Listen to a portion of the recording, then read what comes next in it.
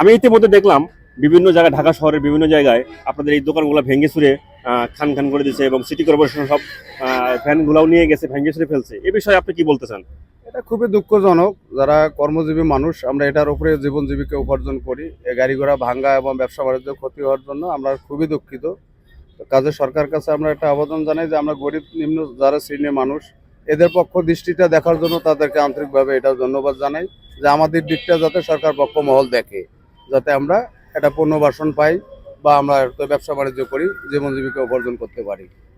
আসসালামু আলাইকুম ভাই, কেমন আছেন? আলহামদুলিল্লাহ।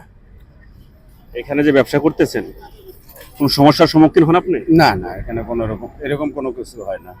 বিগত সময় এখানে বসলে বিভিন্ন লোক এসে চাঁদা নিত, টাকা চাইতো, এখন সেরকম আছে? না না, এরকম কোনো কিছুই নাই। আর কোনো সময় এপারে ক্যান্টনমেন্টের এলাকা, এখানে সাদা কখনো চায় নাই তারা, আর ওই কথা কখনো কেউ বলে নাই। এটা হলো ক্যান্টনমেন্টের এরিয়া। যে এটা সাভার নবীনগর ক্যান্টনমেন্ট এরিয়া, এখানে বিগত সময় অনেক কিছু হয়েছে। এখানে সেটা ওই লাইনে হয়তো কিছুটা টাকিটুকু হতে পারে, কিন্তু এই এলাকাটা হচ্ছে, এই লাইনটা হচ্ছে ক্যান্টনমেন্টের আন্ডারে। ওইটা হলো স্মৃতি সদর এলাকা। তবে আশা করি এখানে কোনো কিছু এরকম হয় নাই আর কি, মোটামুটি। ওই দিক দিয়ে গাড়ি ঘুরে ভেঙে ফেলতো, আপনাদের ফলের দোকান, জামা কাপড়ের দোকান সব উল্টে ফেলে দিত। এই বিষয়ে আপনাদের কিছু বলবেন? হ্যাঁ, ওই বিগত সময়ে খুব কষ্ট লাগতো। যারা মালজাল ফালাই দিত বা কাদো মাদর মধ্যে ফালাইতো, গাড়ি ঘোড়া বাড়ি দিত, ভাঙতো, ওই সময় আমাদেরও কষ্ট লাগতো। কিন্তু জানি না ওনাদের হাতে তখন কোন আইন ছিল, কোন আইনের অপব্যবহার তখন ওনারা করতো, এইটাই আর কি।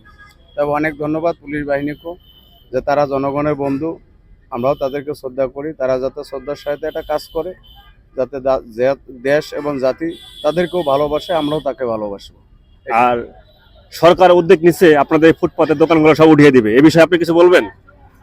সরকার উদ্যোগ নিয়েছে, যেহেতু সাধারণ আমরা গরিব মানুষ, হয়তো ফুটপাতটা এমন একটা জিনিস, আমরা এটা দিয়ে যে উপার্জন করি, যদি সরকার ওটাই নেয় ফুটপাত, তাহলে এর জন্য হয়তো আমাদের একটা পুনর্বাসনের যদি কোনো একটা ব্যবস্থা নেয়, তার জন্য সবচেয়ে ভালো হবে।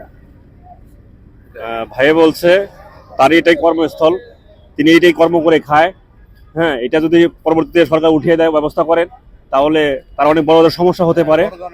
সেক্ষেত্রে আমি বলতেছি, সরকারকে বলতেছি, তাদের যদি একটু খেয়াল রাখা, তাদের আলাদা আলাদা একটা জোন করে দেওয়া হয়, আলাদা একটা জায়গা দেওয়া হয়, যে এখানে তারা নির্দিষ্ট একটা জায়গার মধ্যে সীমাবদ্ধ থাকবে, এখানেই তারা ব্যবসা করবে। ফুটপাতের যে দোকানগুলো ছিল, তারা অন্য জায়গায় এখানের মধ্যেই তারা এই ব্যবসাগুলো পরিচালনা করবে। হ্যাঁ, এটাই বা কেমন হয় আপনাদের? এটার জন্য আমাদের জন্য খুব ভালো হয়, এটার জন্য ভালো হয়। আমি ইতিমধ্যে দেখলাম বিভিন্ন জায়গায়, ঢাকা শহরের বিভিন্ন জায়গায় আপনাদের এই দোকানগুলো ভেঙে চুরে খান খান করে দিচ্ছে এবং সিটি কর্পোরেশন সব ভ্যানগুলোও নিয়ে গেছে, ভেঙে চুরে ফেলছে। এ বিষয়ে আপনি কি বলতে চান? এটা খুবই দুঃখজনক। যারা কর্মজীবী মানুষ, আমরা এটার উপরে জীবন জীবিকা উপার্জন করি। এই গাড়ি ঘোড়া ভাঙ্গা এবং ব্যবসা বাণিজ্য ক্ষতি হওয়ার জন্য আমরা খুবই দুঃখিত।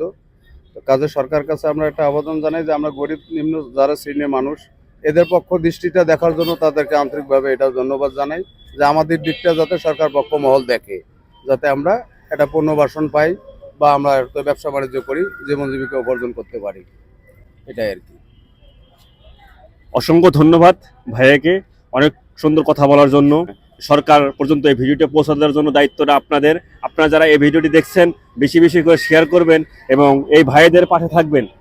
এই ভাইয়েরাও একটা উদ্যোক্তা, তারা মানুষের কাছে হাত পাতে না, তারা নিজেদের চেষ্টায় তারা কাজ করে।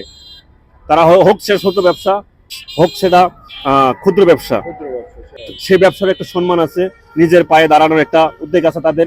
আমরা চাই সবাই সবাই ভালো কিছু করুক, এই প্রত্যাশা করে আমার ভিডিও এখানে শেষ করছি। আল্লাহ হাফেজ, আসসালামু আলাইকুম।